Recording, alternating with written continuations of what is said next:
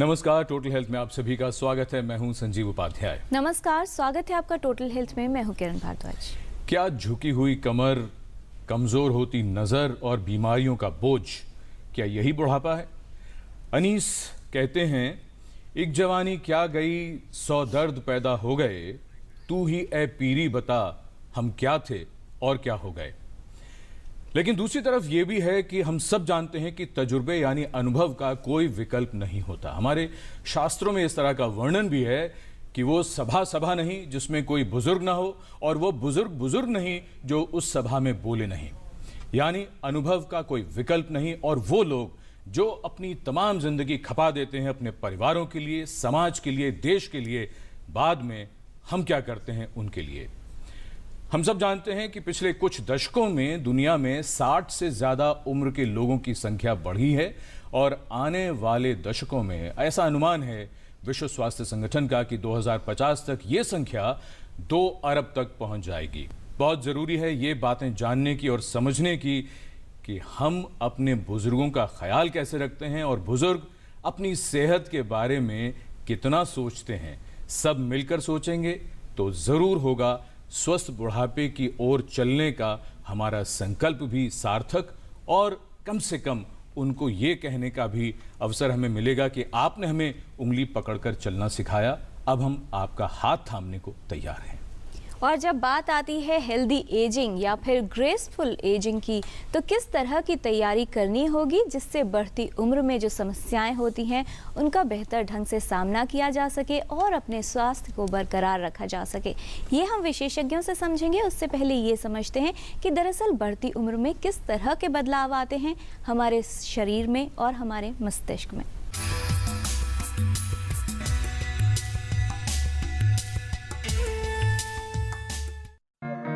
इन लोगों को देखकर ये अनुमान लगाया जा सकता है कि अभी भी इनमें कितना उत्साह और आत्मविश्वास है। आमतौर पर उम्र बढ़ने के साथ साथ अधिकांश व्यक्ति रोगग्रस्त हो जाते हैं और समझने लगते हैं कि वृद्धावस्था भी एक बीमारी है, लेकिन ऐसा सोचना गलत है।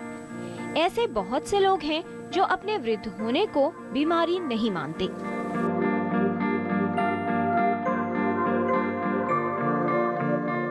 ये एक सच्चाई है कि उम्र बढ़ने के साथ बहुत से मानसिक और शारीरिक बदलाव होते हैं। जब भी व्यक्ति को कोई समस्या आती है तो उसे लगता है कि बढ़ती उम्र के साथ ये सब होना सामान्य बात है। जरूरत ये बात समझने की है कि वृद्धावस्था कोई बीमारी या अभिशाप नहीं है, चाहिए तो बस जरा सी देखभाल। वृद्धावस्था में अपनी डाइट, डेली रूटीन और लाइफस्टाइल में जरा सा बदलाव लाकर अपना स्वास्थ्य बरकरार रखा जा सकता है। Total health, DD news.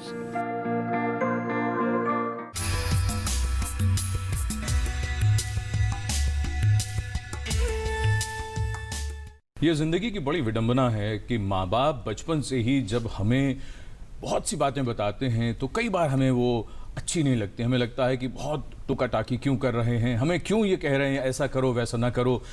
और जब धीरे धीरे जब हमें समझ आनी शुरू होती है तो समझ में आता है कि माँ बाप ऐसा क्यों कहते थे। और जब माँ बाप में से कोई एक ना रहे या दोनों ना रहें, तब समझ में आता है कि उनकी अहमियत हमारी ज़िंदगी में कितनी थी, और वो खालीपन फिर कभी भर नहीं पाता। मुनव्वर राना, बहुत खूबसूरत शेर है उनका। वो ये कहते हैं कि मेरे बुजुर्गों का साया था जब तलक मुझ पर, मैं अपनी उम्र से बहुत छोटा दिखाई देता था। सचमुच बुजुर्ग जिम्मेदारियां भी उठाते हैं और हमारी ज़िंदगी को कैसे खुशहाल बनाते हैं और हम उनका कैसे ख्याल रखें, आज बहुत विस्तार से समझेंगे विशेषज्ञों के साथ। और साथ ही ये भी जानेंगे कि एज फ्रेंडली एनवायरनमेंट जिसे कहा जाता है, किस तरह से इस तरह का माहौल या पर्यावरण तैयार किया जा सकता है, किस तरह से सोशल लेवल पर सपोर्ट दी जा सकती है, परिवार का सहयोग कितना ज़रूरी है, और कौन सी वो बातें हैं जिनके दम पर अच्छा और बेहतर तरीके से वृद्धावस्था को जी सकते हैं। इस विषय पर विस्तार से बात करने के लिए हमारे साथ स्टूडियो में विशेषज्ञों का खास पैनल मौजूद है।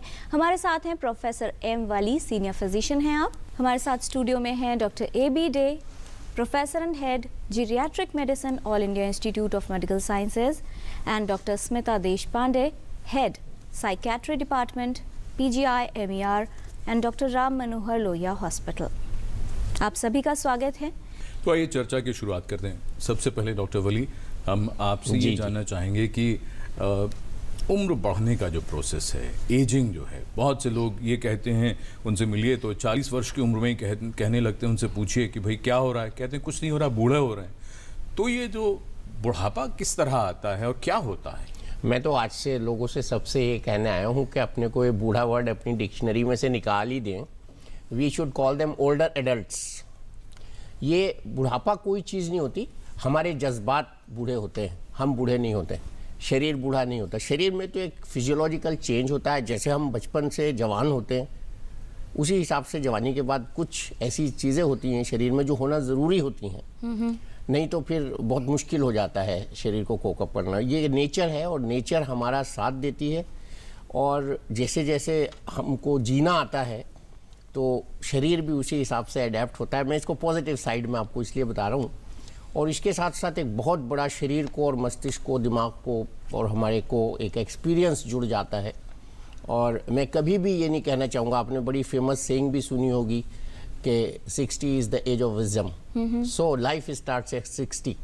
सो these are sayings just to realise कि जो हमने पाया है जी, वो अच्छी चीज़ है, न कि जो खोया है वो हमारा लॉस है। इसको मैं इस तरह से प्रेजेंट कर रहा हूँ। जो जवानी को जैसे खोया वो कोई बड़ी बात नहीं है, बट जो पाया है उसकी बार्गेन में वो बड़ी अच्छी चीज़ है। 150 मिलियन ओल्डर एडल्ट्स हो जाएंगे 2020 तक। तो एक ये बड़ी तादाद है जिसकी हम डॉक्टरों पर भी एक बड़ी जिम्मेदारी आयद होती है। इसको सबसे पहले मैं ये से समझा दूँ, मेडिकली एंड्रोपॉज, मीनोपॉज, हार्मोन्स का विड्रॉल होता है, फिजियोलॉजी शरीर की चेंज होती है, और कुछ साइंस ऐसे होते हैं जो होते हैं, लेकिन बीमारी नहीं होती है। बुढ़ापा खुद में कोई बीमारी नहीं है, वही बीमारी बचपन में, जवानी में भी हो सकती है, तो इसलिए इसको नेगेटिव नहीं लेना चाहिए।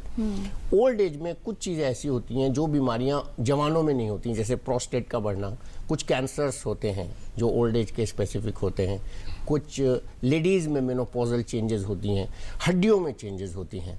तो ये सब चीज़ें जो हैं ये ओल्ड एज में कुछ साइंस हैं जो प्रेजेंट होते हैं और ये हमको पॉजिटिवली लेना चाहिए। जी डॉक्टर डे, आपसे ये समझना चाहेंगे कि एक तो बात हुई कि शरीर में कुछ डिजेनरेटिव चेंजेस हो रहे हैं जो उम्र बढ़ने के साथ होंगे ही, और दूसरा व्यक्ति को खुद ये लगना कि अब तो उम्र बढ़ रही है तो समस्याएं होना लाजमी है। क्या वाकई वृद्धावस्था को एक खुद में समस्या समझना सही है, या किस तरह से जो उनकी सोच है उसमें बदलाव किया जा सकता है? किसी ने सही डिफाइन किया कि एक फिट आदमी जब अनफिट हो जाता है उसको हम एक तरह से एजिंग कह सकते हैं। तो हमें वो अनफिटनेस को अवॉइड करनी है कि हम फिट रहें। जी, तो फिट रहना या ना रहना ये आपके अपने सोच के ऊपर डिपेंड करता है। अगर आप अपने आप को फिट समझें तो आप फिट रहेंगे। आप समझे कि मैं अनफिट हो गया और कोई काम का नहीं रहा तो फिर उसी हिसाब से ही आप देखेंगे इसको। तो मेरे एक्सपीरियंस में जो हम देखते हैं, करीब 25 साल से हम सीनियर सिटीजन की केयर कर रहे हैं ऑल इंडिया इंस्टीट्यूट में, तो काफ़ी बदलाव आई है लोगों के सोच में। अभी 80, 80s और 90s में काफ़ी मरीज हम देखते हैं जो कि 20-25 साल पहले एक सेंटिनेरियन देखना बड़ा मुश्किल था कि कोई 100 पार हो गया और हमारे पास आ रहे हैं। जी, आजकल ये बड़ा कॉमन है कि 90s में लोग आते हैं और मुझे लगता है काफ़ी हेल्दी लग रहा है। मतलब ये नहीं लगता है कि अब बिल्कुल ख़त्म हो चुका है ज़िंदगी और कुछ बचा नहीं है। तो मैं यही मानता हूँ कि आप कैसे अपने शरीर को बनाए रखते हैं, कैसे अपने मन को बनाए रखते हैं, उसी हिसाब से एजिंग आगे बढ़ेगी। जी, ये जो एक बात है डॉक्टर देशपांडे कि मन जो है वो ये सोच रहा है कि मैं प्रॉपर्ली फिट हूँ, और दूसरा फिजिकल लेवल पर फिट होना, क्या इन दोनों का कोई संबंध है? किसी व्यक्ति को थोड़ी सी समस्या होती है लेकिन उसको लगता है मैं बेटर फील कर रहा हूँ या फिर इसको अच्छी तरह से टैकल कर सकता हूँ, तो उन रोगियों में भी हमने देखा अगर कोई बीमारी है तो उनकी रिकवरी जल्दी होती है। तो क्या जो सोच रहा है व्यक्ति, उसके जो चेंजेस आ रहे हैं शरीर में, क्या कुछ उस पर प्रभाव डालते हैं? देखिए, उम्र के साथ साथ सोच विचार में भी बदलाव ज़रूर आता है। हम देखते हैं कि जैसे जैसे हम बड़े होते जाते हैं तो हमारा जो स्पीड ऑफ प्रोसेसिंग है वो कम होता है, लेकिन हमारी जो समझ है, विड्थ ऑफ थिंकिंग है, एक्सपीरियंस के अनुसार फिर अलग अलग तरीक़ों के सॉल्यूशंस निकालना है, वो बढ़ जाता है। तो जब कई टेस्ट हो चुके हैं और उसमें ये देखा गया है कि जो बुज़ुर्ग लोग हैं उनके सोचने का तरीका अलग होता है, लेकिन उतना ही ज़रूरी होता है, उतना ही कारगर होता है जितना कि जवानी में। यंग लोग जो हैं जल्दी से कोई किसी चीज़ को याद कर लेते हैं, लेकिन जो बुजुर्ग हैं वो लोगों को समझ लेते हैं। तो इसलिए कोई भी चीज़ याद अगर करना हो तो उसे वो आसानी से समझ पाते हैं। डॉक्टर और देशपांडे, पहचान पाते हैं। सवाल ये था कि अगर किसी व्यक्ति को लग रहा है मन से कि अभी मैं एकदम फिट, फाइन या यंग हूँ, तो क्या जो उसके शरीर की एजिंग हो रही है, क्या कुछ उस पर असर डालता है कि क्योंकि मन से अच्छा फील कर रहा है तो फिजिकली भी उसको एक्टिवनेस लगे? देखिए, वो तो है ही, क्योंकि मन और शरीर अलग नहीं है। अगर मन प्रसन्न हो और आप अपने जो सामाजिक परिवेश में रह रहे हैं उससे आप खुश हो तो शरीर भी आपका स्वस्थ रहेगा। इसके अलावा शरीर को स्वस्थ रखने के लिए जो डिसिप्लिन्स हैं वो तो फॉलो करने ही हैं। एक रेगुलर रूटीन है, खाने पीने में कुछ नियम पालने होते हैं और शरीर को चुस्त रखना है। तो जितना कुछ आप अपने शरीर के लिए फिजिकल एक्टिविटी रखेंगे, योगा वगैरह, उससे तो योगा से तो हमने पाया है कि मस्तिष्क भी जल्दी चलता है और शरीर तो इम्प्रूव होता ही है। और समाज के परिवेश में रहें, समाज में क्या हो रहा है, आसपास में क्या हो रहा है, आपके फैमिली में क्या हो रहा है, उसमें दखल देने की बजाय उसको समझ करके अपनी सूझबूझ से कुछ डायरेक्शंस दें तो उससे भी मानसिक स्वास्थ्य बढ़ता है। जी, और सबसे बड़ी चीज़ जो मन की बात होती है वो ये कि खुश रहना बहुत ज़रूरी होता है। अक्सर लोग ये कहते हुए पाए जाते हैं कि बुज़ुर्ग अक्सर कुछ ऐसे मिलते हैं जो उदास दिखते हैं, तो वो भी ज़रा बात करेंगे, लेकिन उससे पहले कविता जी हैं हरियाणा से टेलीफोन लाइन पर। कविता जी, आपका बहुत स्वागत। क्या जानना चाहती हैं आप? मेरी मदर की एज 50 है।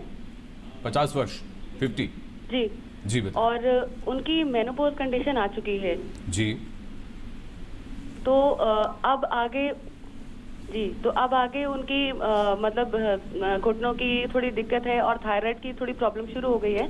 तो आने वाले 10 सालों में क्या ऐसे प्रिकॉशंस या क्या स्टेप्स लिए जाएं कि ये चीज़ बढ़े नहीं, कम हो जाए? जी। डॉक्टर डे आपके सवाल का जवाब दे रहे हैं। डॉक्टर डे, कुछ और पूछना चाहेंगे आप कविता जी से? इनका ब्लड प्रेशर, डायबिटीज वगैरह तो नहीं है? उनका ब्लड प्रेशर हाई रहता है। हाँ। और डायबिटीज वगैरह? नहीं, डायबिटीज नहीं है। अच्छा, थायराइड की समस्या है? थायराइड की क्या समस्या है? थायराइड उनका थोड़ा सा अप में है, 6.52 के आसपास, पहले 55 था। हाइपोथायराइडिज्म। कविता जी, ऐसा है, पोस्ट मेनोपॉजल पीरियड में कुछ शॉर्ट टर्म साइड इफ़ेक्ट रहेंगे, वो तो 2-3-4 साल में वो कवर हो जाएंगे। वो जो लॉन्ग टर्म हेल्थ प्रॉब्लम है, आपने ऐसे ही बताया कि एक ब्लड प्रेशर भी ज़्यादा रहता है, थायराइड की कमी है, तो आगे चल के हमें प्रिवेंट करना है कि हार्ट डिजीज़ ना हो। ये दोनों ही रिस्क फैक्टर बन जाते हैं हार्ट डिजीज़ के लिए। तो ब्लड प्रेशर को कंट्रोल में रखें और नियमित दवाई करा के इनकी ब्लड प्रेशर कम से कम हफ्ते में एक बार चेक करें, या नहीं तो 15 दिन में एक बार चेक करें, और दवाई ज़रूर खाएं। ये मान के चलें कि दवाई खाने से ही ब्लड प्रेशर कम रहेगा, ये ना सोचें कि 15 दिन खाया फिर बंद कर दिया तो शायद ठीक हो गया है। थायराइड की कमी है, बहुत ज़्यादा नहीं है, मामूली सी कमी है, तो थोड़ी बहुत थायराइड की ज़रूरत पड़ेगी। उसको आपने लोकल फिजिशियन को दिखा के उसकी डोज शुरू करनी है, बहुत ज़्यादा की ज़रूरत नहीं है। कोलेस्ट्रॉल की चेक कराते रहें, और सबसे ज़रूरी है ये फिजिकली एक्टिव रहें, और साल में कम से कम एक बार लिपिड प्रोफाइल कराएं, ब्लड शुगर की चेक करें और ब्लड प्रेशर कंट्रोल रखें। इतने में ज़्यादातर महिलाओं में पोस्ट मेनोपॉजल पीरियड में हार्ट डिजीज़ प्रिवेंट होगी। आपने एक घुटनों की दर्द की बात कही है, अगर ये फिजिकली फिट रहें, चलें फिरें, मॉर्निंग वॉक करें, इवनिंग वॉक करें, थोड़ी बहुत फिजिकल एक्सरसाइज नी जॉइंट्स की करें, नी जॉइंट को स्ट्रॉन्ग बनाएं, तो ये घुटनों की प्रॉब्लम भी ज़्यादा नहीं रहेगी। पर ये मान के चलें आगे चल के थोड़ी बहुत जोड़ों की दर्द की समस्या हो सकती है। जी। डॉक्टर वली जी, जो बात डॉक्टर स्मिता देशपांडे ने भी बताई, एक बात तो है कि मन से आप जितना खुश रहते हैं और मन को जितना काबू में रखते हैं, शरीर भी उसी हिसाब से चलता है। बिल्कुल, ये है। किरण जी ने बार बार सवाल पूछा और वो शायद ये भी कहना चाह रही थी, मुझे देवानंद की छवि याद आ रही थी। हाँ, बिल्कुल, कि वो हमेशा इतने एक्टिव और कभी वो बूढ़ा अपने आप को महसूस किया ही नहीं। उनको देख देख कर कितने लोग अपने आप को जवान महसूस करते थे। तो डॉक्टर वली, बात ये है कि क्या कुछ लोगों में स्लो और फास्ट एजिंग है, क्या वो मन से भी कुछ कंट्रोल होता है? बहुत कुछ है। देखिए, आजकल मैं तो, आप जब जवाब देनी थी तो मैंने वो लिखा, बचपन में सुना था मैंने, मन चंगा तो कठौती में गंगा। जी जी। मन चंगा तो कठौती में गंगा। तो ये जो मन वाली जो बात है ना, ये बड़ा फ्लक्चुएंट होता है। इवन जवान लोगों को भी मैं देखता हूँ, पड़ गए साहब, सुबह को 2 बजे उठ रहे हैं सो के, क्या हो रहा है भैया? ये तो एजिंग का आपको आप इनवाइट कर रहे हो, अपनी अनटाइमली एजिंग। आज क्लास नहीं है तो हम 2 बजे तक सोएंगे, ये गलत है। ये जवानों को भी मैसेज जाना चाहिए यहाँ से कि वो कैसे अपनी जवानी को प्रिजर्व करें। 99% लोग अकेलापन महसूस करते हैं, अपने को निराश महसूस करते हैं, उनके साथी जो होते हैं बिछड़ जाते हैं, या उनको घर में वो माहौल नहीं मिलता, या वो घर को अपने हिसाब से चलाना चाहते हैं अपने तजुर्बे के बिना पे, जो आप बात कर रहे थे शुरू में। तो जब वो वैसा नहीं होता है तो बड़े वर्कडअप हो जाते हैं और बड़े डिप्रेशन में चले जाते हैं और वो कुछ कहना ही छोड़ देते हैं। ये जड़ है बुढ़ापे को तेज़ी से इनवाइट करने की या एजिंग फास्ट होने की, और ये हर एक के साथ होती है। ये वेस्टर्न वर्ल्ड में भी उतना ही कॉमन है जितना हमारे विकासशील देशों में कॉमन है। ये बिल्कुल एक यूनिवर्सल चीज़ है। मन को अच्छा रखना, मन को हेल्दी रखना और अपने को पॉजिटिव रखना, नेगेटिव तरीन हालात में अपने को पॉजिटिव रखना अगर कोई सीख लेगा तो उसकी, मैं लोगों को एक और मिसाल देता हूँ कि शोले पिक्चर में जो एक हीरो था, मैं नाम नहीं लूँगा यहाँ, जो मोटा था वो अब इस दुनिया में नहीं है, लेकिन जो दुबला हीरो था वो अभी भी इस दुनिया में और हेल्दी है। लोग समझ जाएंगे। मैं ये मिसाल देता हूँ मरीजों को क्योंकि उसमें जनरल सेहत को भी आपके मन में, जो डिप्रेस लोग होते हैं वो ज़्यादा खाना खाते हैं, ओबीज हो जाते हैं। और ओबेसिटी सबसे बड़ा डिजास्टर है जवानी में, मेनोपॉज में और बुढ़ापे में मौत को करीब लाने का। जी। तो क्या कुछ किया जा सकता है इससे बचाव के लिए? सब आपसे समझेंगे डॉक्टर वली। उससे पहले दिल्ली से गोपाल कृष्ण जी हैं फोन लाइन पर। गोपाल जी, आपका स्वागत, सवाल पूछे। बचपन में खाया पिया, कहते हैं हम लोग, बचपन में जो खाया पिया वही हमारे आगे बहुत इफेक्ट करता है हमारे जीवन पे और हमारे लाइफ पे। तो मुझे एक बात बताइए कि हम लोग हर चीज का इंतजार करते हैं, हर चीज का, कि ये अवस्था आएगी तो ऐसा होगा, ये अवस्था आएगी तो ऐसा होगा। हम लोग पहले से ही उसका इंतजाम करके क्यों नहीं रखते कि अगर जब भी हमारी वृद्ध अवस्था आएगी तो हम ऐसा होना चाहिए। और दूसरा सवाल मेरा ये है कि हम लोग हमेशा कहते हैं कि वृद्ध अवस्था आती है तो ये हमारे हड्डियां कमजोर हो जाती है। मैं ऐसा मानता हूँ, एज अ माई फादर, मैंने अपने फादर को देखा है, वो बहुत स्ट्रॉन्ग है। उन्होंने बचपन में बहुत अच्छा खाया पिया, आज भी वो उस तरह का खाते हैं और उतना ही वर्क करते हैं जितना एक 18 साल का लड़का या लड़की वर्क करती है। तो क्या उस चीज का भी इफेक्ट पड़ता है हमारी लाइफ? बहुत अच्छे मुद्दे आपने उठाए हैं डॉक्टर डे। इनका जो कहना है कि क्यों ना हम प्लान करें, जैसे हर चीज के लिए तैयारी की जाती है किसी महत्वपूर्ण काम के लिए, क्यों ना इंतजार करने की बजाय कि वृद्ध अवस्था आएगी तो समस्याएं होंगी तब देखेंगे डॉक्टर के पास जाना है, क्यों ना पहले से इसकी तैयारी की जाए? क्या कहना चाहेंगे? इन्होंने एक हड्डियों की बीमारी की उदाहरण दिया है, उससे शुरू करूंगा जी। उन्होंने कहा बचपन में इनके पिताजी बच्चे खाए पिए थे। आप देखें तो उस टाइम पे दूध का पीना बहुत था और धूप में जाना।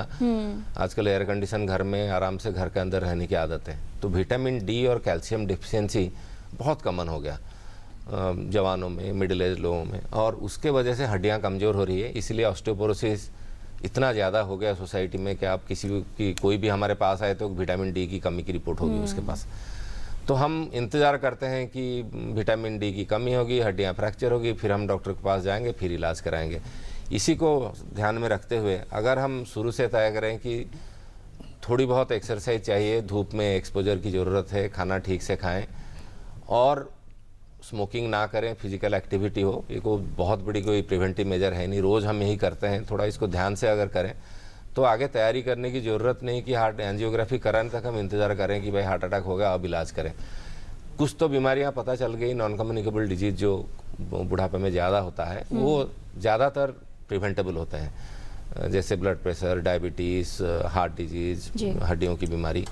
तो ज़्यादातर हम इंतज़ार करते हैं कि कुछ हो, हम बताएं कि अब मुझे हार्ट डिजीज हो गया, मैं जा रहा हूँ इसी अस्पताल में इलाज करने के लिए, एंजियोग्राफी हो गया, सर्जरी करानी है।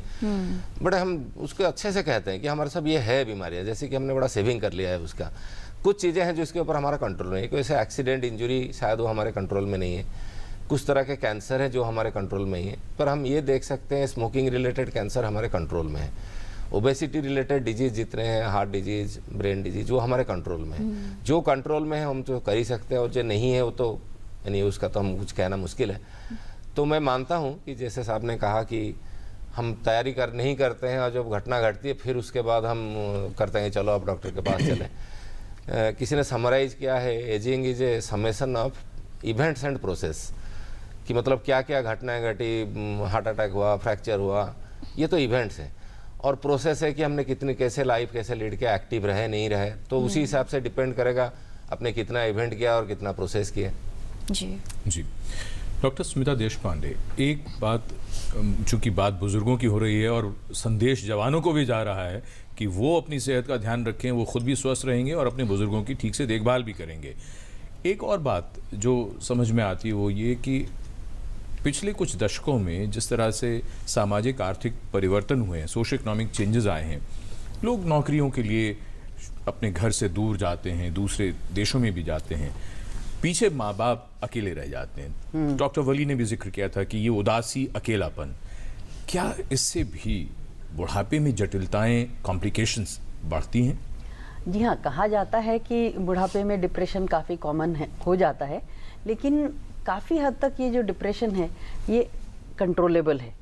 मतलब अगर ऐसा सोचें कि हम बीमार हैं, अकेले हैं, अब हमारे साथ कोई नहीं रहा, तो एक उदासी होना स्वाभाविक है। लेकिन अगर ये सोचें कि चलो हमारे अपने बच्चे हमारे पास नहीं हैं, तो बाकी समाज में किसी किस्म की मदद करें, तो वो एक रे ऑफ होप आप अपने लिए भी करते हैं और दूसरों के लिए भी करते हैं। क्योंकि ये देखा है कि बुढ़ापे में लोगों के पास समय अधिक होता है, और जैसा मैंने कहा था, सोचने की ताकत, पूरा जो बिग पिक्चर है वो देखने की ताकत बढ़ती है। उसकी वजह से वो समाज में कई अच्छी तरीके से हस्तक्षेप कर सकते हैं। इंटरफियर मैं नहीं कहूँगी, लेकिन इंटरवीन कर सकते हैं।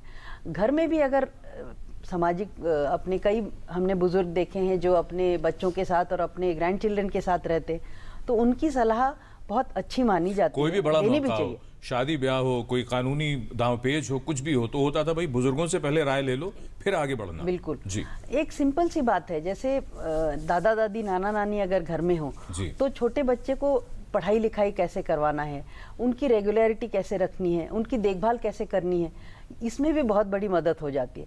अब यही चीज़ जो बुजुर्ग अकेले रह रहे हैं वो भी एक दान के तरीके से या एक सामाजिक रिस्पॉन्सिबिलिटी के तरीके से कर सकते हैं जी। और इस तरीके से फिर डिप्रेशन दूर किया जा सकता है। मेनोपॉज की बात चल रही थी, तो मेनोपॉज में भी समझा जाता है कि डिप्रेशन जैसी कुछ मानसिक बीमारियां बढ़ जाती हैं, लेकिन कई ये माइल्ड होती हैं, तो उसका तो इसी तरीके से इलाज कर सकते हैं। जैसा मैंने कहा था, गुड न्यूट्रिशन, फिजिकल एक्सरसाइज, हमने देखा है कि अगर फिजिकल एक्सरसाइज या योगा करें रेगुलरली तो दिमाग की तीक्ष्णता भी बढ़ जाती है और शरीर की चुस्ती भी बढ़ जाती है, तो वो भी रेगुलरली करें जी। और ये इन सारी चीज़ों के जो नतीजे हैं वो तुरंत नहीं आपके पास आते हैं, उसमें कम से कम 6 महीने का आपको टाइम देना पड़ेगा। 6 महीने के बाद में फिर आपको उसके असर दिखाई देने लगते हैं जी। और चर्चा को फिलहाल यहाँ रोकते हैं क्योंकि हमारे एक दर्शक हैं महाराष्ट्र से, कार्य मोरे जी, आपका बहुत स्वागत, सवाल पूछें। सर, जोड़ों में जो दर्द रहता है, हाथ पैर में जो दर्द रहता है आपको, उसके बारे में कोई घरेलू उपाय बताइए। अच्छा, और आपकी उम्र कितनी है? हमारा 48 ईयर है। 48। और हाथ पैरों में दर्द, कुछ और भी आपको शिकायत है किसी तरह की? अभी फिलहाल नहीं, घर में कोई बुजुर्ग रहते हैं, उनको ये वात से संबंधित शिकायतें रहती है, जोड़ों का दर्द, हाथ पैर का दर्द, घरेलू उपाय वगैरह कोई बताइए। डॉक्टर वली जी बिल्कुल, बहुत अच्छा सवाल है। देखिए, जोड़ का दर्द बार बार आ रहा है, आप नोट कर रहे होंगे, हड्डियों का दर्द, जोड़ का दर्द, जो डॉक्टर साहब ने पॉइंट आउट किया। आजकल एक एपिडेमिक हो गया है विटामिन डी की कमी, और शायद हम लोग ये सोचते हैं कि हम धूप में जाते हैं तो एडिक्वेट विटामिन डी बन जाएगा। मेरे भी तजर्बे में डॉक्टर साहब ने भी अभी कहा कि जो भी रिपोर्ट लेकर आता है उसकी विटामिन डी डेफिशिएंट होता है, और ये प्रैक्टिकली हो रहा है। मैं लिफाफा में से मरीज़ के निकालने से पहले बता देता हूँ कि आपका विटामिन डी कम आया होगा। तो ये एक एपिडेमिक है, इसको बहुत तीव्रता से हमको हैंडल करना है। लहसुन है जोड़ों के दर्द के लिए बेहतरीन चीज़, अगर कोई आदमी लहसुन खाता है, स्पेशली पहाड़ी लहसुन, अच्छा, दूध में हल्दी, अच्छा, ये 2 चीज़ें बहुत रामबाण। और अगर आयुर्वेद में हम चले जाएं तो गुगुल, 3 चीज़ें ये बहुत अच्छी हैं और ये बड़े कॉमनली आजकल अवेलेबल हैं कैप्सूल फॉर्म्स में। अच्छा। और टैबलेट फॉर्म्स में भी आयुर्वेदा की टैबलेट्स और हमारे यहाँ भी यूज़ हो रही हैं, मैं यूज़ करता हूँ। अच्छा। इसके अलावा एक्सरसाइज का रोल है। एक्सरसाइज किसी पैथी को नहीं बिलोंग करती, न ये आयुर्वेद की है, ना होम्योपैथी की है, ना एलोपैथी की है। एक्सरसाइज सबकी है, सबके लिए यूनिवर्सल है। हल्दी मैंने बताया, लहसुन बताया, दूध का इस्तेमाल बहुत ही रामबाण है हड्डियों की सेहत के लिए। थोड़ी सी क्वांटिटी भी बता दीजिए। हाँ, देखिए लहसुन जो मैं कल ही जो ड्राइवर मुझे छोड़ने गया था वो पहाड़ी था, उससे मैंने कहा भाई लहसुन लाओ, जोड़ों के दर्द के लिए बहुत अच्छा है। एक जवे का लहसुन आता है पहाड़ी जी, उसको जवे को, उसके ऊपर छिलका हार्ड होता है, उसको छिलका तोड़कर उसको खाइए। थोड़ा तीखा होता है, एक सुबह शाम खा लें तो बहुत अच्छा है, एक भी रोज खा लें बहुत अच्छा रेगुलरली। लेकिन लहसुन ऐसे खाने से एक ही समस्या होती है कि आप किसी से सांस 1 किलोमीटर पे बात करेंगे, नहीं वो थोड़ी देर बाद खत्म हो जाती है। अच्छा। हाँ। हल्दी जो है जी, 1.5 चमचे से 2 चमचा हल्दी रात को सोते वक्त। अच्छा। घर की अगर पिसी हुई हल्दी हो तो वो बहुत अच्छा है, बाजार से न लाएं। एडल्ट्रेशन बहुत कॉमन है हल्दी में। तो वो दूध में आधा गिलास से 1 गिलास दूध में रोज पीने से उसमें दूध भी चला गया और हल्दी भी चली गई। जवान भी बुजुर्ग भी सब बहुत जरूरी है साहब। जवानों को तो आजकल हड्डियों के दर्द बहुत हो रहे हैं। अच्छा। बहुत शर्म आती है हमें देख के कि जब 20 साल का बच्चा आता है उसका विटामिन डी 3 होता है। कमाल है साहब। इसके अलावा दूध मैंने बताया और रेगुलर एक्सरसाइज, ये 4 ऐसे घरेलू नुस्खे हैं। और लगाने के लिए कुछ तेल होते हैं जी, तो वो अवेलेबल है मार्केट में जी। और अगर समस्या बढ़ती है तो डॉक्टर के पास भी जरूर जाना है। एक्सरसाइज पेनफुल जॉइंट में ना करें। यहाँ एक बहुत बड़ा राइडर है, पेनफुल जॉइंट में एक्सरसाइज जी। डॉक्टर डे, एक जो बात आई थी बीच में कि तैयारी की जाए, ओल्ड एज को प्लान किया जाए। यहाँ पर जैसे जैसे उम्र बढ़ती है, मान लीजिए रिटायरमेंट का वक्त है, तो 2-3 तरह के चीज़ें एक साथ होती हैं। पहली चीज़ कि अगर कोई नौकरी कर रहा था तो रिटायरमेंट आ रही है, जो फिजिकल लेवल पर चेंजेस हो रहे हैं वो अलग। वहाँ पर व्यक्ति को लगता है अब मेरे पास काफ़ी सारा खाली समय हो गया है, घर पर ही रहना है, और घर वालों की भी कुछ चिंताएं होती हैं कि व्यक्ति पूरा दिन घर पर ही है। ये जो तमाम पूरी प्रक्रिया है, किस तरह की संभाल रखनी चाहिए या किस तरह से अपने लाइफस्टाइल को मैनेज वहाँ पर व्यक्ति करे जिससे एक्टिवनेस भी बढ़ी रहे और जो उसका टाइम है, जो उसको लग रहा है कि ज़्यादा टाइम हो गया या कहाँ जाएं, वो सारा भी यूटिलाइज होता रहे। हम रिटायरमेंट की तैयारी नहीं करते, कोई रिटायरमेंट करना नहीं चाहता। तो समस्या यह हो जाती है कि जब सरकारी नौकरी में हो या प्राइवेट नौकरी में, किसी दिन कहा जाता है कि बस हो गया, आप चलिए घर में रहिए। अब हमें लगता है कि बड़ा कैटास्ट्रोफी हो गई, मतलब अचानक से सब खत्म, आसमान सर पे टूट पड़ा। पर हमें पता था एक दिन ये आने वाला है, ये तो मतलब होना ही था कि एक दिन रिटायर करेंगे। अब जिस दिन ज्वाइन करते हैं उस दिन रिटायरमेंट डेट भी पता रहता है, बीच में सरकार बढ़ा देती है, वो तो अलग बात है। पर नहीं तो मतलब सबको पता रहता है कि इतनी साल नौकरी। मेरे विचार में हम तैयारी नहीं करते। इसकी तैयारी कम से कम 4-5 साल पहले ही शुरू हो जाना चाहिए कि मैं आगे चल के इतने दिन में मेरा रिटायरमेंट आ रहा है या मैं काम नहीं करूंगा। और अगर बिजनेस में भी हो तो ज़िंदगी भर तो नहीं करेंगे, किसी टाइम पे बिजनेस दूसरे जनरेशन को दे देंगे, अपना बिजनेस हो या प्राइवेट सेक्टर में हो वो भी रिटायर करा देते हैं। एग्रीकल्चर में भी हो तो उस टाइम पे नेक्स्ट जनरेशन को चला जाता है। तो हम रिटायरमेंट की तैयारी करें, सोचें कि इस टाइम के बाद मुझे सुबह उठ के नहा के दौड़ के और दफ्तर जाना नहीं पड़ेगा, दुकान में जाना नहीं पड़ेगा। मुझे प्लान करनी है कि इतना टाइम मैं अपने लिए लगाऊं, अखबार पढूं, टीवी देखूं, कुछ फिजिकल एक्टिविटी करूं और घर वालों की दिमाग ना चाटूं। सबसे ज़रूरी है कि मतलब डिफेक्ट ना निकालूं कि भाई ये कमी नहीं है गया। आफ्टर ऑल वो भी अपने ज़िंदगी से वो भी काम कर रहे हैं, उनके लिए भी सब दूसरों का गलतियाँ ना निकालूं। और सबसे बड़ी बात जो है, लोग अपने आप को एक यूजलेस समझते हैं कि मेरा और कुछ रह नहीं गया, जो कि बात सही नहीं है। रिटायरमेंट आपका पेंशन आ रहा है, अगर आपने आगे से प्लान किया हुआ हो, अपने प्लानिंग की बात करें। इसीलिए हम कहते हैं कि शायद 20-25 साल पहले रिटायरमेंट प्लानिंग कोई इकोनॉमिक इशू नहीं थी। आजकल तो रिटायरमेंट प्लानिंग के ऊपर आप किसी भी टाइम पे टीवी खोलिए, कोई ना कोई एडवाइस दे ही रहा है। और ज़रूरी भी है कि आप ये ना करें कि पेंशन जितना आएगा उसी में ज़रूरत होगी, हेल्थ प्रॉब्लम्स रहेंगे, घर की ज़रूरत रहेगी। तो एक इकोनॉमिक प्लानिंग की ज़रूरत है, फिजिकल एक्टिविटी की प्लानिंग की ज़रूरत है। सबसे बड़ी इंपॉर्टेंट चीज़ है, ये हमारे पिछले जनरेशन से था, लोग सोचते कि 60 साल में रिटायर हुए, उसके बाद 2-3 साल ही जीना है, उसके बाद और क्या रखा है। अगर आप WHO की रिपोर्ट देखें, वो कहते हैं औसतन 60 साल के बाद 20 साल की ज़िंदगी और बाकी है। अगर हम 20 साल की तैयारी करेंगे तो फिर ज़िंदगी जो 20 साल ठीक से बीतेगी। नहीं तो हम कहेंगे 2 साल के बाद अभी तो मरे नहीं, अभी भी जिंदा है, क्या करें अभी 5 साल क्या करें। ना पैसा है, ना प्लानिंग है, ना हेल्थ इंश्योरेंस है, कोई हमने बंदोबस्त नहीं किया। तो आपने सही कहा, प्लान करें। 60 के बाद कम से कम 20 साल और बाकी है जी। बहुत बहुत एक और चीज़ मैं इसमें जोड़ना चाहूँगी कि एक अपने लिए कुछ प्लेजर जिसमें मिले, जिसमें मज़ा आए, ऐसी हॉबी शुरू करिए। और ये हॉबी बिल्कुल बचपन से ही शुरू करनी है। जब बच्चा रोज़ खेलने जाता है, अपने दोस्तों में घुलता मिलता है, तो वो उसे दो चीज़ें मिलती हैं। एक तो वो अपने आप को भी फिट रखता है, दूसरा वो हॉबी शुरू करता है। और एक बहुत बड़ी चीज़ है कि वो समाज में बाकी लोगों के साथ शेयरिंग और केयरिंग समझता है। तो इस तरह की बुज़ुर्ग कोई ना कोई हॉबी ज़रूर रखें, क्योंकि हम मानते हैं कि बुज़ुर्ग ही हैं जो हमारे कल्चर को, हमारे समाज को आगे बढ़ाते हैं। हमारी बुरी रूढ़ियाँ छोड़ दें, लेकिन जो अच्छी अच्छी चीज़ें हमारी पुरानी किताबों में और हमारे पुराने संस्कारों में लिखी हैं, उसे बढ़ावा देने वाले और उसे सिखाने वाले केवल हमारे बुज़ुर्ग ही हैं, क्योंकि उन्हीं को वो चीज़ें याद रहती हैं। तो वो अगर शुरू करें, क्योंकि ज़िंदगी में सिर्फ ड्यूटीज़ नहीं हैं, कुछ मज़े भी होने चाहिए। तो कुछ ना कुछ हॉबी रखें, संगीत सुनना है, कुछ पढ़ना लिखना है, पर केवल पढ़ना ही नहीं, उसे शेयर भी करना है। जी डॉक्टर वली, ये जो बात डॉक्टर स्मिता देशपांडे कह रही हैं, इससे लगता है कि पश्चिम के कुछ देशों में हमने देखा है कि वहाँ से बहुत से जो पर्यटक हैं, जो टूरिस्ट हैं, वो दुनिया भर में घूमते हैं, भारत में बहुत आते हैं। सारी ज़िंदगी उन्होंने काम किया, काम करने के बाद रिटायरमेंट जिसे हम लोग कहते हैं, तो वो उसमें एंजॉय करते हैं। लेकिन अब हमारे यहाँ दिक्कत ये है, अभी जो डॉक्टर डे भी बात कह रहे थे कि पेंशन मिलेगी और ये सब होगा, लेकिन बहुत से लोग ऐसे हैं जिन्हें पेंशन नहीं मिलती। रिटायर क्या, 60 साल के तो हो गए या बूढ़े तो हो गए, लेकिन जमा पूंजी कुछ नहीं है, उनका क्या होगा? नहीं, देखिए, टूरिज्म तो एक बहुत, टूरिज्म में एक मोहल्ले से निकल के दूसरे मोहल्ले में चले जाऊँ, वो भी टूरिज्म है। एक शहर से दूसरे शहर में चले जाऊँ, दिल्ली से जयपुर, वो भी टूरिज्म है।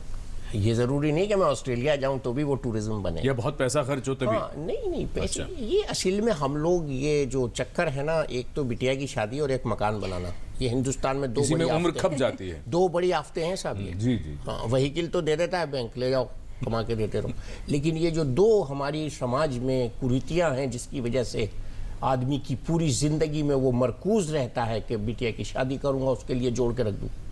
माँ के पास कोई गिफ्ट आता है, वो फट से उठा के रख देती है, बिटिया की शादी में दे देंगे, खोलते भी नहीं है जी। और जनाब, मकान बनाना बड़ी समस्या है। 4 बच्चे तो 4 मकान बना कैसे देके जाओगे आप? इसमें वो टूरिज्म का ख्याल छोड़िए, कपड़े भी नहीं बनाते बूढ़े लोग, कहते भैया 2 जोड़ी में हम काम चला लेंगे। तो ग्रेसफुल एजिंग की हम जब बात करते हैं, हम हेल्दी एजिंग की जब बात करते हैं, तो उसमें मैं जवानों को भी उद्बोधित करूंगा कि अपने एल्डर्स को खुश रखने की कोशिश वो करें, ताकि उनसे फिर उन्हें इतना प्यार मिले कि वो अपने काम में डबल इनकम कर सकें और उसका इनकम का एक हिस्सा अपने माँ बाप के लिए रखें, बूढ़ों के लिए रखें। आपने बहुत बड़ा जो ये पॉइंट उठाया है, amusement during old age can be music free of cost, amusement can be just talking to each other. बात करिए, मैंने बूढ़ों को देखा है, बात करने से और बच्चों को गोद में खिलाने से वो जितने ज़्यादा खुश होते हैं। मैं अपने घर की एक मिसाल बताता हूँ, मैं शर्मा नहीं रहा हूँ। मेरे पापा कोई छोटा बच्चा जब देखना होता है तो बाहर रोड पे चले जाते हैं, किसी का बच्चा ले आते हैं घर में, उसको खिलाते हैं, आधा घंटा उसके साथ बैठते हैं, क्योंकि मेरे पास टाइम नहीं है उनके साथ बैठने का, ये मेरी खुद शायद बदकिस्मती है।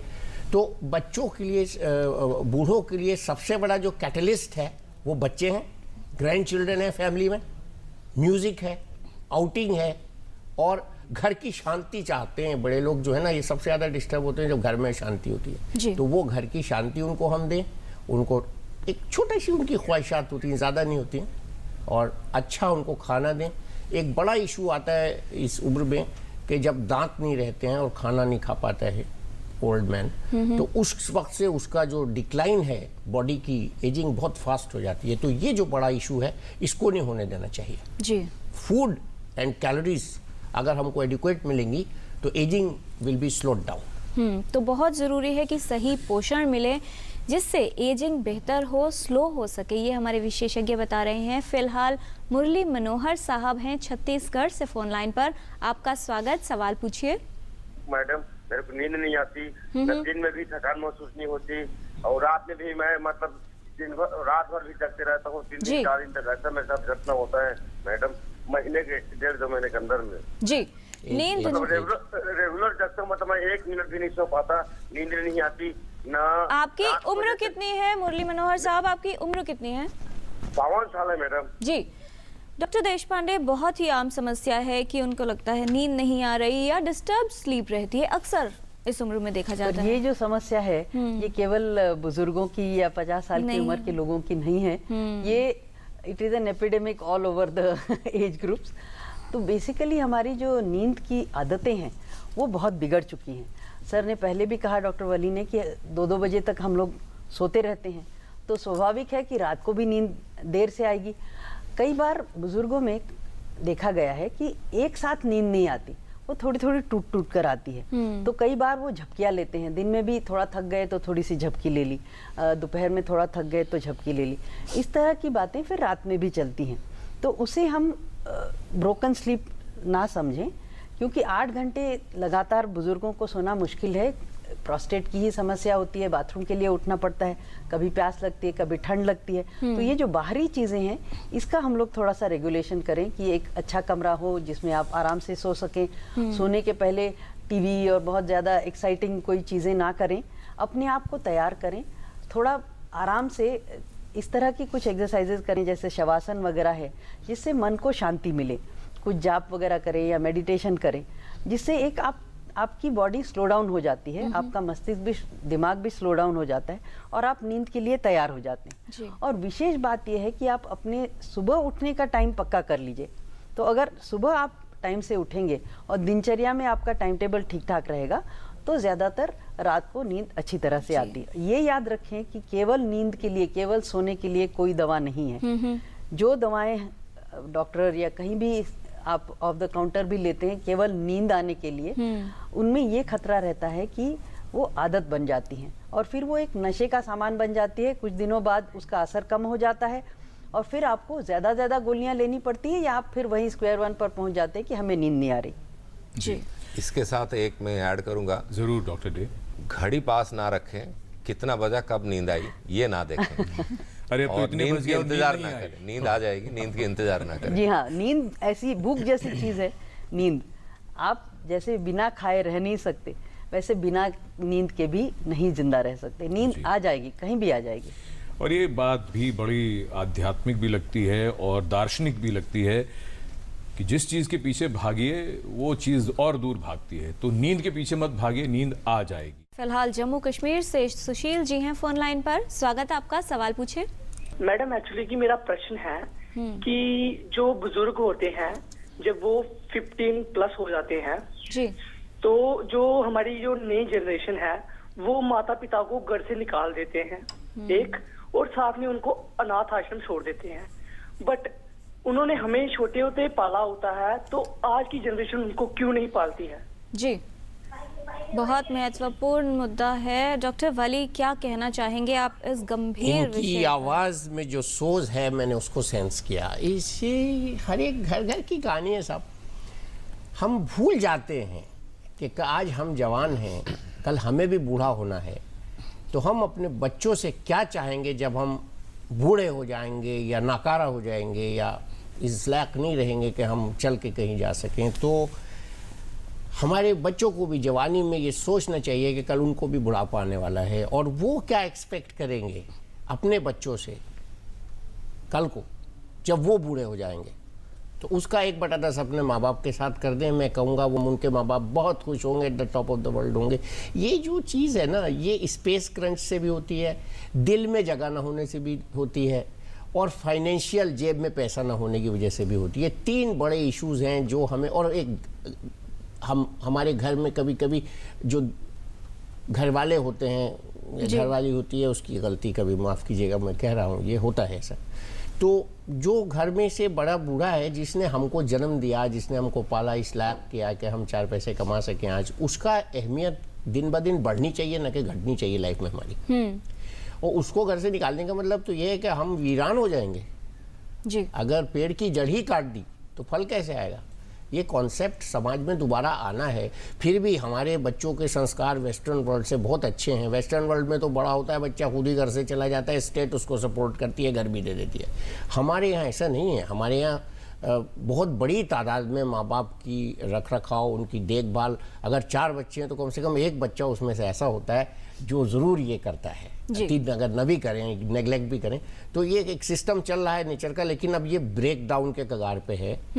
तो मैं उन सब बूढ़ों से ये कहूँगा वो घर से बिल्कुल ना निकलें बच्चों के कहने पे, और अपना शेयर अपने पास रखें। अगर बच्चों के सामने ऐसी हालत मजबूरी कोई आ रही है कि वो उनको अलग कर रहे हैं, तो वो अपनी चीज़, अपनी जायदाद वो सब लेके अलग हों, उनका शेयर उनको दें जो चाहते हैं, और ऐसे में अपने पास फाइनेंशियल सिक्योरिटी ज़रूर रखें। और गवर्नमेंट ऑफ इंडिया इस तरफ बहुत काम कर रही है। एल्डर्स की देखभाल के लिए पूरी प्रोजेक्ट है जो कि अभी आने वाली है बहुत जल्दी जी। इस प्रेजेंट गवर्नमेंट में भी और पिछली गवर्नमेंट ने भी कई मुद्दे, जो 10 मुद्दे हैं उसमें, उसके साथ एक बहुत बड़ा एल्डर केयर के लिए एक कॉम्प्रिहेंसिव प्रोग्राम बनाया हुआ है। उसको मालूम करें, उससे फ़ायदा उठाएं। Kerala is the best model जहाँ पे ओल्ड एज होम्स बहुत कामयाब हैं।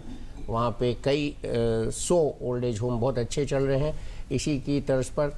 और एक सोसाइटी में कंडोमिनियम बनाना पड़ेगा जिसमें हमको अपने एल्डर्स को रखना पड़ेगा।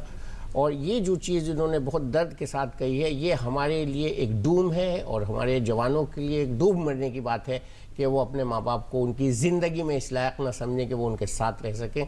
ये मैं इसको बहुत ही तरदीद करता हूँ, इसकी कंडेम करता हूँ। डॉक्टर देशपांडे, आप कुछ कहना चाह रही हैं? फिर भी अगर ऐसा होता है तो क्या किया जाए? सीनियर सिटीजन्स केयर एक्ट है जिसमें अगर आपके बच्चे आपके साथ दुर्व्यवहार कर रहे हो या आपको मार पिटाई कर रहे हो या किसी भी तरह से आपको तंग कर रहे हो, तो आप सरकारी या पुलिस की सहायता लेकर कुछ उस बात को आगे सुलझाने की कोशिश कर सकते हैं। ये बात तो है कि पुलिस अगर घर में आए तो एक बेइज्जती की बात होती है, लेकिन अगर इस तरह का दुर्व्यवहार असहनीय हो जाए तो कुछ तो करना ही पड़ता है।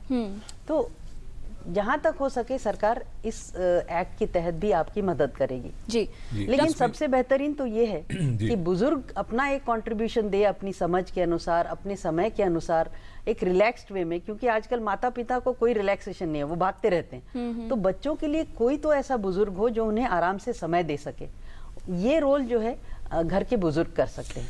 डॉक्टर डे, एक और बात इसमें जो महत्वपूर्ण हो जाती है वो ये कि जो फाइनेंशियल सिक्योरिटी की बात है, बहुत से मामलों में जो घर से निकालने वाली जो बात है वो इस बात से भी जुड़ी होती है कि माँ बाप ने भावुक होकर अब जो भी संपत्ति, जो भी जमा पूंजी थी वो बच्चों को दे दी क्योंकि उन्हें कुछ काम करना था, या उन्होंने कहा भाई हम तो अब कब तक रहेंगे, तुम ले लो, और उसके बाद सब चीज़ें बदल जाती हैं।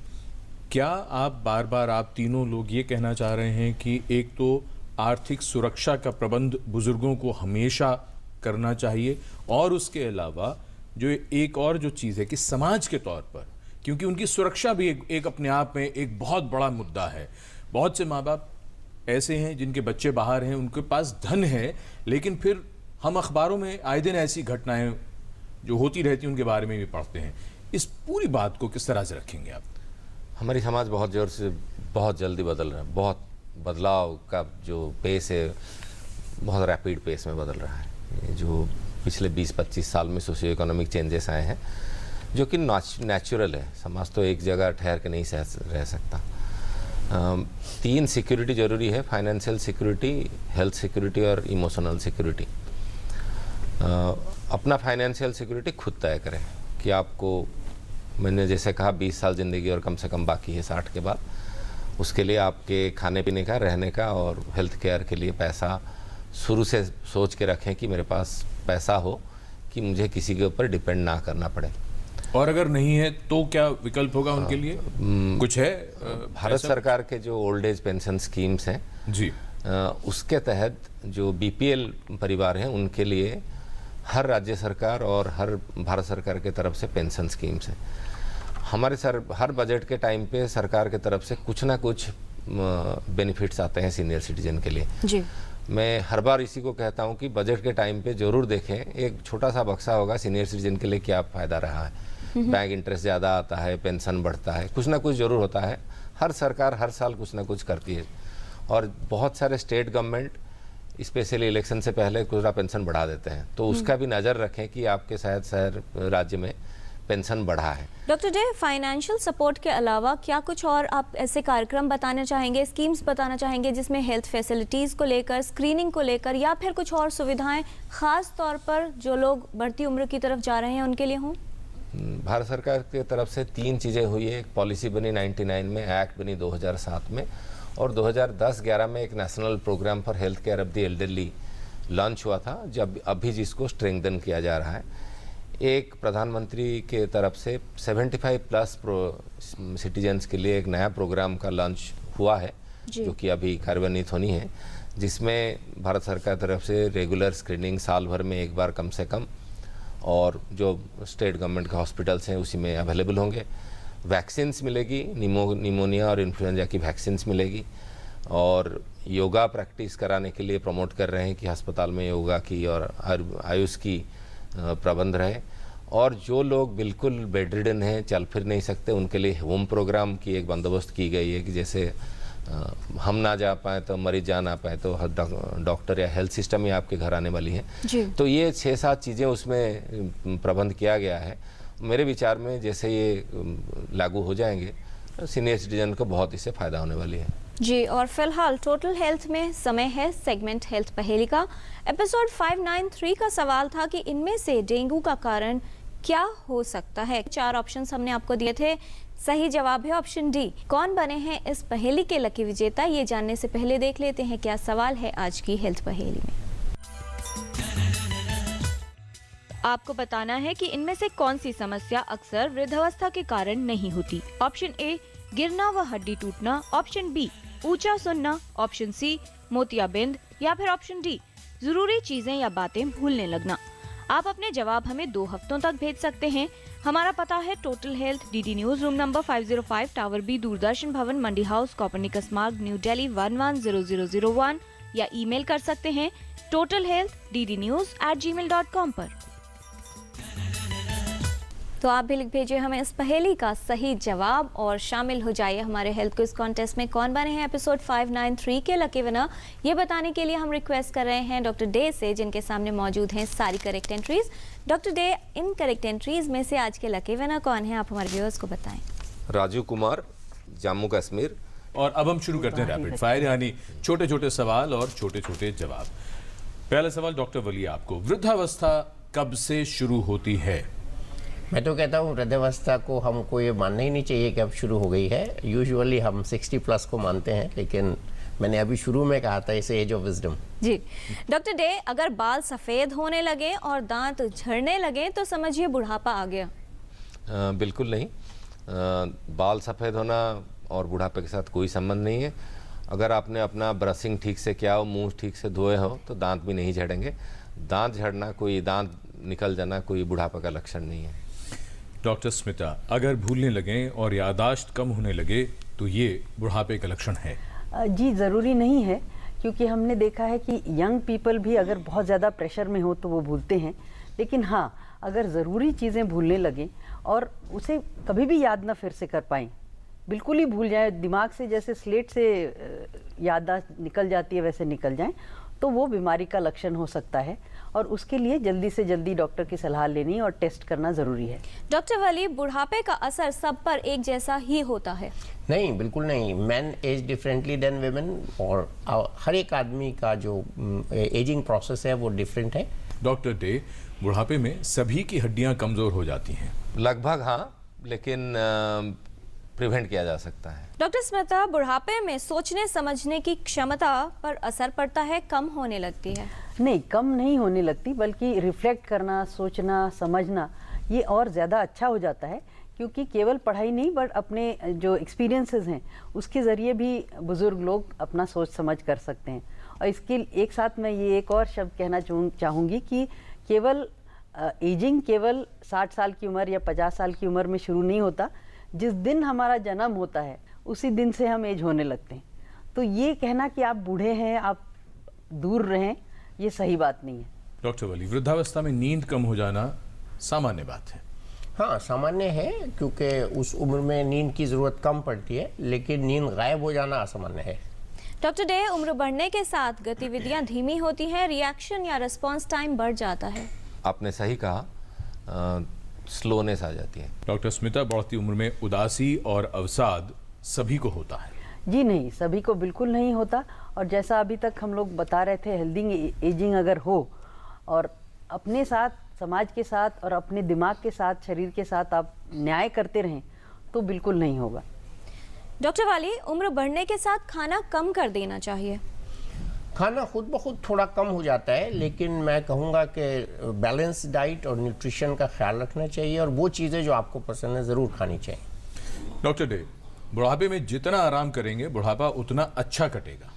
बिल्कुल नहीं, बहुत ज़्यादा आराम करने की ज़रूरत नहीं है। मोबिलिटी मेंटेन करना, चलना फिरना, अपने आप को एक्टिव रखना बहुत ज़रूरी है। डॉक्टर स्मिता, सारी उम्र तो काम करते रहे, बुढ़ापे में दिमाग को भी जितना आराम दे उतना अच्छा है।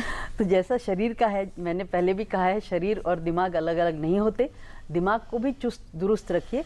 कई बुजुर्ग अपनी पढ़ाई लिखाई जो बचपन में छोड़ चुके थे क्योंकि चांस नहीं मिला, पैसा नहीं था, वो बुजुर्गियत में शुरू कर देते हैं और वो एक नई नई चीज़ें सीखने से जो मन में आनंद मिलता है उसका कोई जवाब नहीं।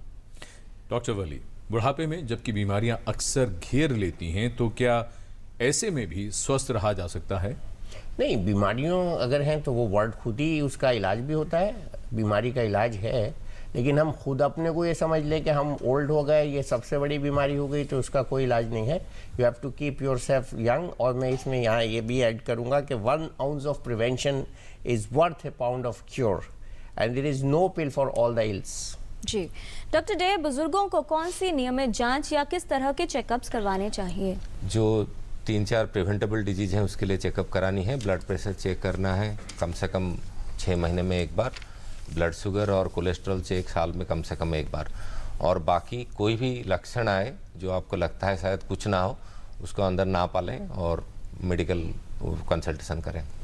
डॉक्टर स्मिता, अवसाद और उदासी बुढ़ापे में न घेरे, क्या करें? अपने आप को एक्टिव रखें, लेकिन अगर डिप्रेशन ये बढ़ता जाता है और किसी हालत में भी कम नहीं हो पाता, घरेलू नुस्खों से कम नहीं हो पाता या सब लोगों के साथ बीच में रहने से भी नहीं कम हो पाता, तो जल्द से जल्द सलाह करें, क्योंकि कई बार अगर डिप्रेशन रोग बन जाता है तो उसका इलाज ज़रूरी है और जितनी जल्दी ये इलाज शुरू किया जाए उतनी जल्दी फ़ायदा होता है। जी, इस तमाम जानकारी के लिए धन्यवाद देना चाहेंगे doctor Smita Deshpande, doctor Dey, doctor Wali, आप सभी का।